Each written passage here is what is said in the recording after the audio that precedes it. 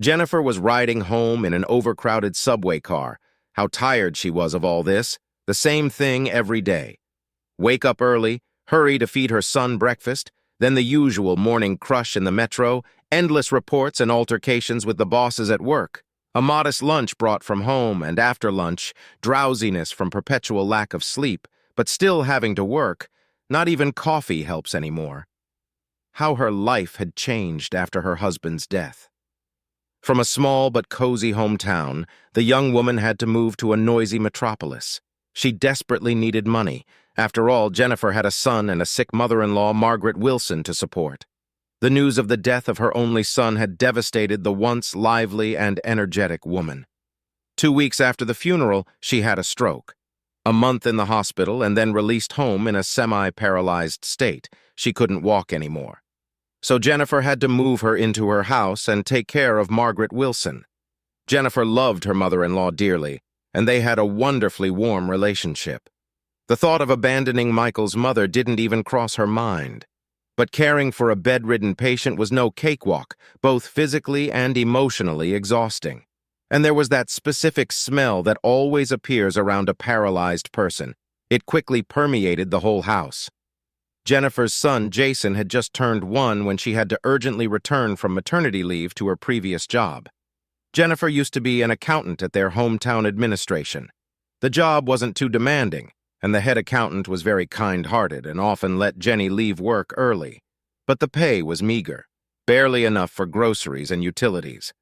They rented out the mother-in-law's apartment, but all that money went towards her medicine, disability payments, and caretaker fees. The tiny survivor's pension for the loss of a breadwinner all went to pay their neighbor who looked after Margaret Wilson and Jason while Jenny was at work. The neighbor didn't charge much, but Jenny didn't have any more money. And once Jason got very sick, a cold turned into pneumonia, and they hospitalized the baby. Jenny realized she didn't have any spare money for medicine or even to tip the doctors and nurses. She understood that things couldn't go on like this and started looking for a better-paying job, but work was hard to come by in their small town, and Jennifer didn't find anything. And then her university friend Amanda called. "Jenny, there is always a way out of any situation. Just listen, I'm getting married in Switzerland. Wow, congratulations. Thank you. And I want to offer you my job. You were always a smart and honest girl." "Wait, Amanda.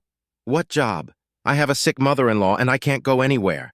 And where would I even live in the city? Half my salary would go just on rent. What's the point?" "Just listen. The pay is good."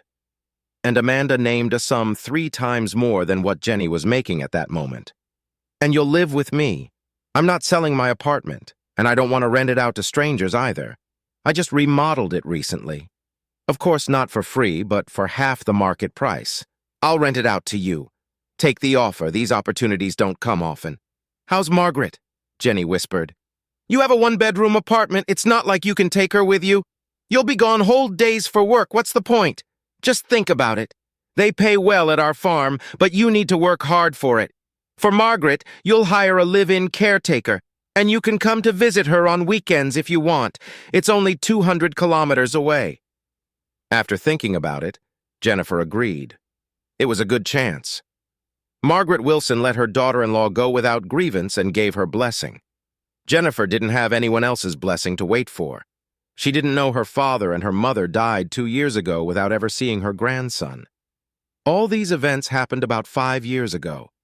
That's when Michael died so absurdly in a car crash in the California mountains. When Michael left for California, they were not on very good terms. He resented little Jason, barely helped Jennifer around the house, and would party away half his paycheck. At all of Jennifer's reproaches, Michael replied that he was still young and hadn't yet sown his wild oats.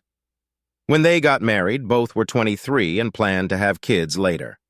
Their marriage was one of great passion, and yet a year after the wedding, when Jennifer unexpectedly got pregnant, scandals erupted at home. Michael insisted on abortion. It was too early for kids, he said, but Jennifer would hear nothing of it. At full term, she gave birth to a healthy baby boy. Though Michael seemed happy at first, something was still missing from him. Once he announced to his wife that he was tired of counting pennies and would go earn money somewhere else. They had dreamed of buying a car and traveling, but now all money went towards the baby.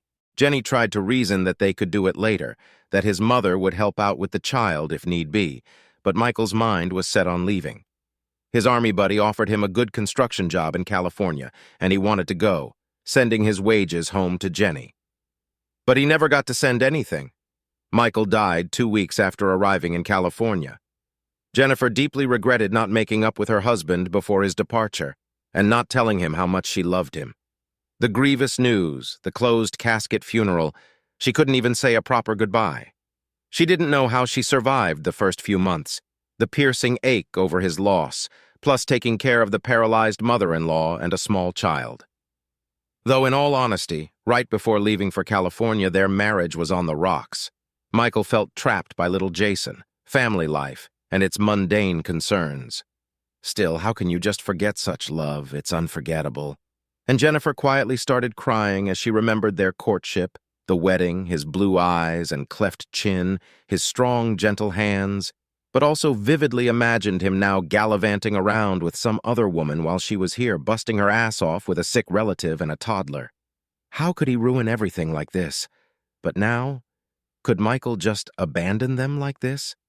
"Miss, last stop?"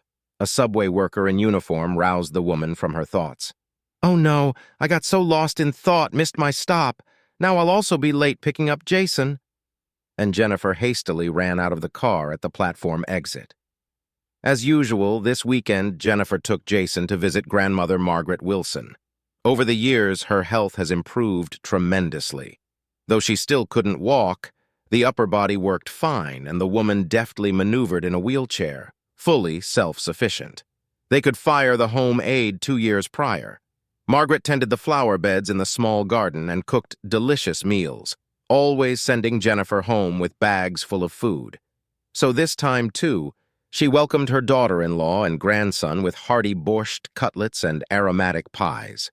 After a hearty dinner and settling Jason in for a nap, Margaret remarked, "Jenny, dear, yesterday the postman came and left a notice for you. Some valuable parcel arrived. The post office is open Saturdays till 4 p.m., so go pick it up." Jennifer went to retrieve it, puzzled by what it could be. She never received any mail or packages. At the post office, she received a sturdy cardboard envelope. Sender, David Roberts. The name meant absolutely nothing to her. Impatiently, right there at the post office, Jennifer ripped the envelope open. Inside was another envelope of the same size and shape, only paper this time. The only thing written on it in big letters, "To Jennifer Miller from Michael Miller." Jennifer's hands started shaking. What sort of cruel joke was this? Michael Miller was the name of her deceased husband. Unable to calm her trembling hands, Jennifer awkwardly ripped open the second envelope. Out fell a set of 3 keys and some documents in a thin, transparent folder. Skimming through them, the young woman saw a certificate of ownership for a house with an area of 220 square meters located in California. Then the address lines started blurring in front of her eyes. She didn't comprehend any of this. Jennifer walked out into the street and took a deep breath. Her head was lightly spinning. What was the meaning of all this? The first thought was, could Michael be alive? But no, how was that possible? There was official notification of his death. Later, Mother went to claim and transport the coffin from California. Closed casket, though, so no one saw the body. Still seems outright impossible he survived that car crash. The taxi driver lost control on a mountain serpentine road during a thunderstorm. The wreckage and remains burned in the ravine. A surviving fragment of their passport did have her husband's full name. And where has Michael been all these years if alive? No, he's dead. Okay, so then what's the letter about? What's this house? Did one of Michael's friends maybe buy it? But what friends did he have time to make in the couple weeks before dying? Michael was sociable, all right, but not to this extent. Wait. Could it be that army buddy who invited Michael to California for the construction job? Maybe he made good money and decided to help the family of his perished friend.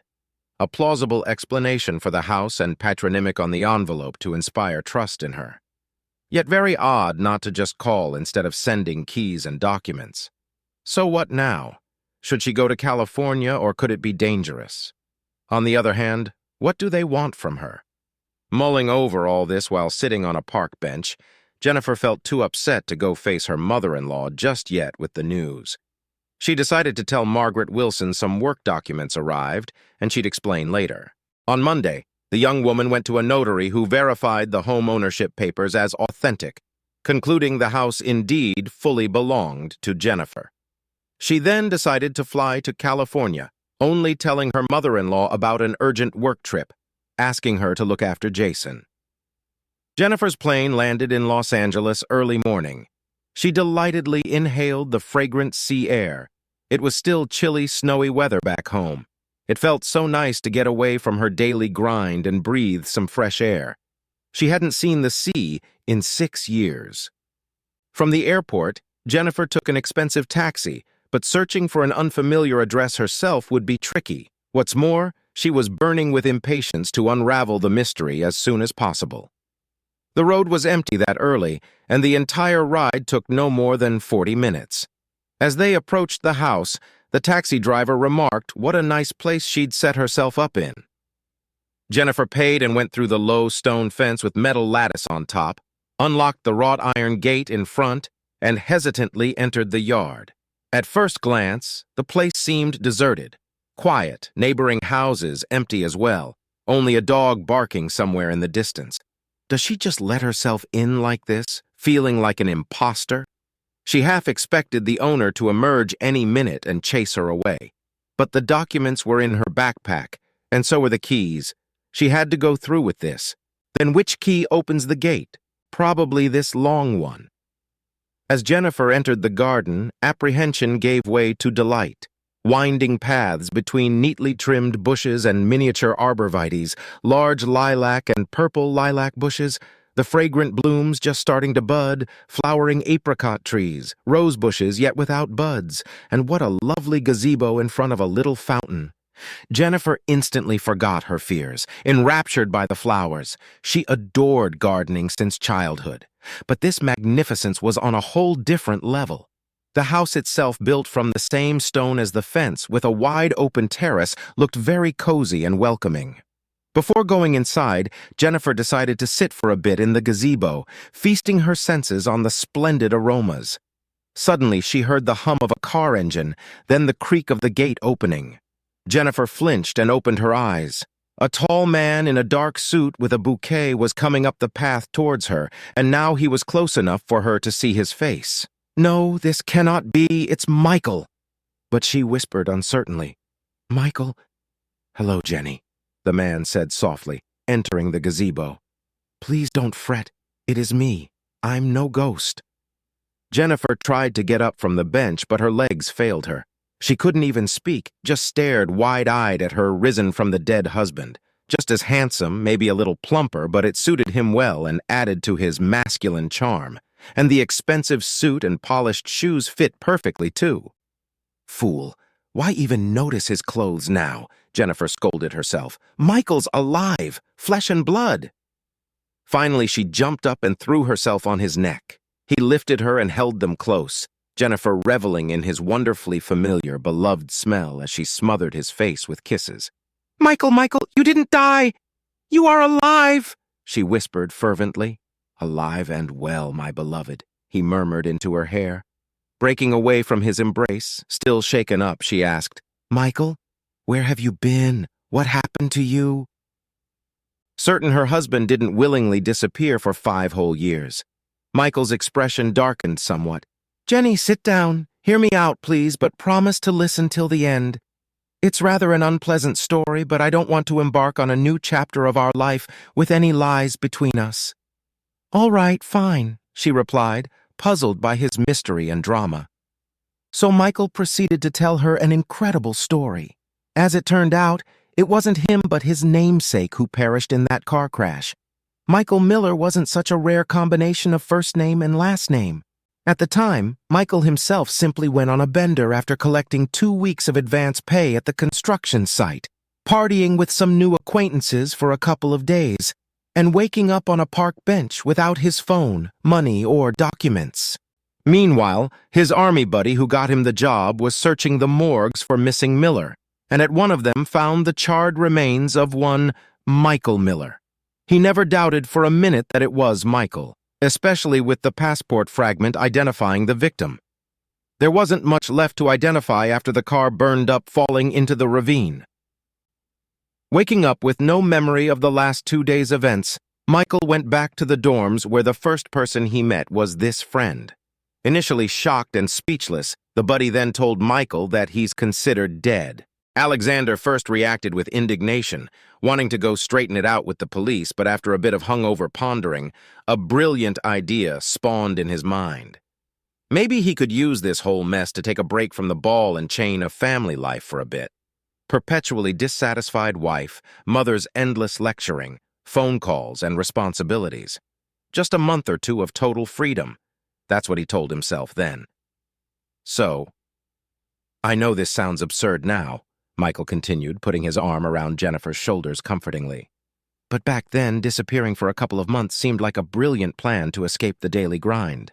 A month or two of freedom before going back, that's what I thought at the time. Though in hindsight, unable to hold back, Jennifer erupted, screaming at him. Do you have any idea what Mom and I went through VJJDZ burying your son in a closed coffin even without saying goodbye? Without seeing him one last time? Do you even know that 2 weeks after your so-called death your mother became disabled? She still can't walk to this day, VJJD. And what about me, VJD, Jason, VJs? Your son. Did he not matter, VDJDs? Or were booze and broads more important for the young stud, VJZ? Jenny, please calm down. Have some water from your backpack. Here, let me get us some wine from the house. What wine, VGDs? Oh, Michael, I promised to hear your story, but still struggle to comprehend any of this. Okay, fair enough. So, long story short, for a year I made decent money playing poker. I was always the best card shark back in college, remember? Then I met this woman 15 years my senior, beautiful, rich, confident. I lost my head over her completely. We were together for 2 years. I quit dodgy casino business pretty much right away per her insistence. Susan was building a dacha at that time and hired me as foreman. I always was a good builder, and she valued that. Started recommending me to all her wealthy friends and helped me obtain identity documents under the name David Roberts. Before long, I, or should I say David, put together my construction team and eventually even started a company building and renovating elite homes. As for Susan, we parted on good terms and remained business partners. There were other women since, but no one special. I began thinking more and more about my mother, little son, and of course, my Jenny, realizing she's the only woman I ever truly loved. But how do you just show up on the doorstep after everything I've done? When I found out Mom was very ill, I still couldn't make myself ring their doorbell as if nothing happened. So I devised the plan with the house, filed the paperwork under your name, and sent over the docs and keys.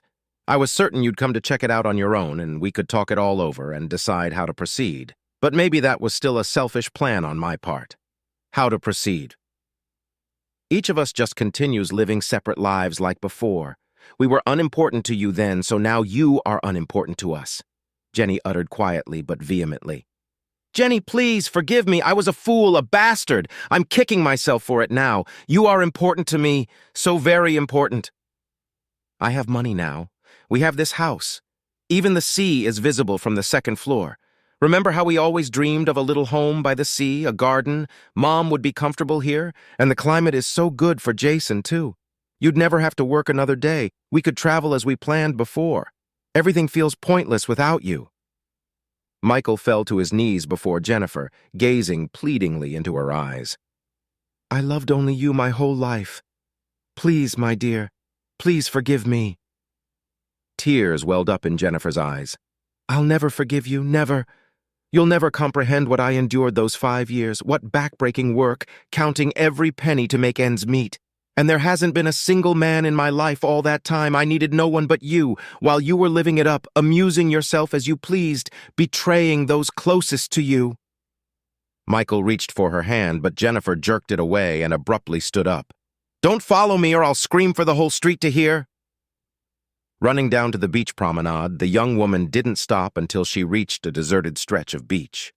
Exhausted both physically and emotionally, she sat staring blankly seaward until the worry slowly melted into dull heartache.